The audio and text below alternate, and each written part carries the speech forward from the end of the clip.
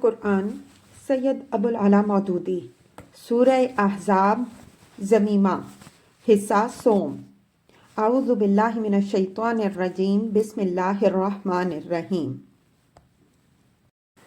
حضرت جابر بن عبداللہ رضی اللہ عنہ قصہ ابن سیاد کے سلسلے میں روایت کرتے ہیں کہ پھر عمر بن خطاب رضی اللہ عنہ نے عرض کیا، یا رسول اللہ صلی اللہ علیہ وسلم، مجھے اجازت دیجیے کہ میں اسے قتل کر دوں۔ اس پہ رسول اللہ صلی اللہ علیہ وسلم نے فرمایا کہ اگر یہ وہی شخص ہے یعنی دجال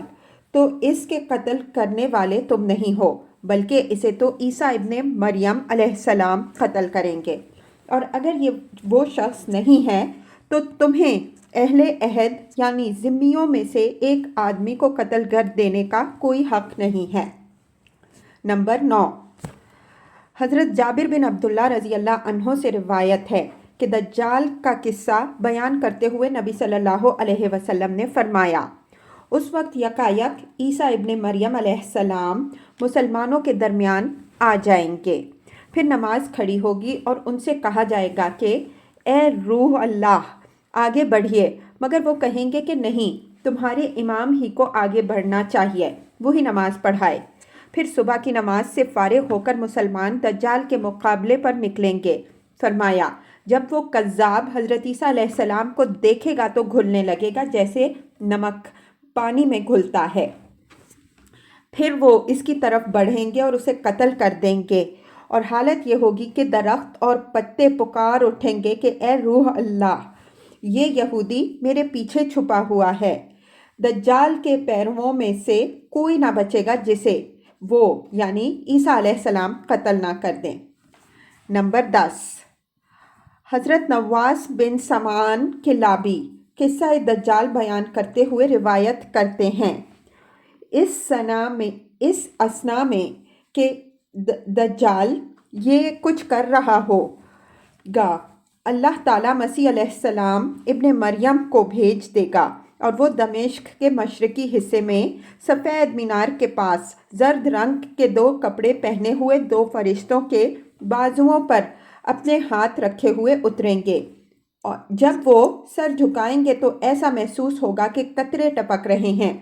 اور جب سر اٹھائیں گے تو موتی کی طرح قطرے ڈھلکتے نظر آئیں گے۔ ان کے سانس کی ہوا جس کافر تک پہنچے گی اور وہ ان کی حد نظر تک جائے گی، وہ زندہ نہ بچے گا۔ پھر ابن مریم علیہ السلام دجال کا پیچھا کریں گے اور لد کے دروازے پر اسے جا پکڑیں گے اور قتل کر دیں گے۔ نمبر 11، حضرت عبداللہ بن عمر بن عاص کہتے ہیں کہ رسول اللہ صلی اللہ علیہ وسلم نے فرمایا، دجال میری امت میں نکلے گا اور 40، میں نہیں جانتا 40 دن 40 مہینے یا 40 سال رہے گا، پھر اللہ عیسیٰ ابن مریم علیہ السلام کو بھیجے گا۔ ان کا حلیہ عروہ بن مسعود رضی اللہ عنہ ایک صحابی سے مشابہ ہوگا، وہ اس کا پیچھا کریں گے اور اسے ہلاک کر دیں گے، پھر 7 سال تک لوگ اس حال میں رہیں گے کہ 2 آدمیوں کے درمیان بھی عداوت نہ ہوگی۔ نمبر 12، حذیفہ بن اسید الغفاری رضی اللہ عنہ کہتے ہیں کہ ایک مرتبہ نبی صلی اللہ علیہ وسلم ہماری مجلس میں تشریف لائے اور ہم آپس میں بات چیت کر رہے تھے۔ آپ صلی اللہ علیہ وسلم نے پوچھا، کیا بات ہو رہی ہے؟ لوگوں نے عرض کیا، ہم قیامت کا ذکر کر رہے ہیں۔ فرمایا، وہ ہرگز قائم نہ ہوگی جب تک اس سے پہلے 10 نشانیاں ظاہر نہ ہو جائیں۔ پھر آپ صلی اللہ علیہ وسلم نے وہ 10 نشانیاں یہ بتائیں۔ نمبر 1، دھواں، نمبر 2، دجال، نمبر 3، دابۃ الارض، نمبر 4، سورج کا مغرب سے طلوع ہونا، نمبر 5، عیسیٰ ابن مریم علیہ السلام کا نزول، نمبر 6، یاجوج و ماجوج، نمبر 7، 3 بڑے خسف، ایک مشرق میں، نمبر 8، دوسرا مغرب میں، نمبر 9، تیسرا جزیرۃ العرب میں، نمبر 10، سب سے آخر میں ایک زبردست آگ جو یمن سے اٹھے گی اور لوگوں کو ہانکتی ہوئی محشر کی طرف لے جائے گی۔ نمبر 13، نبی صلی اللہ علیہ وسلم کے آزاد کردہ غلام ثوبان رضی اللہ عنہ روایت کرتے ہیں کہ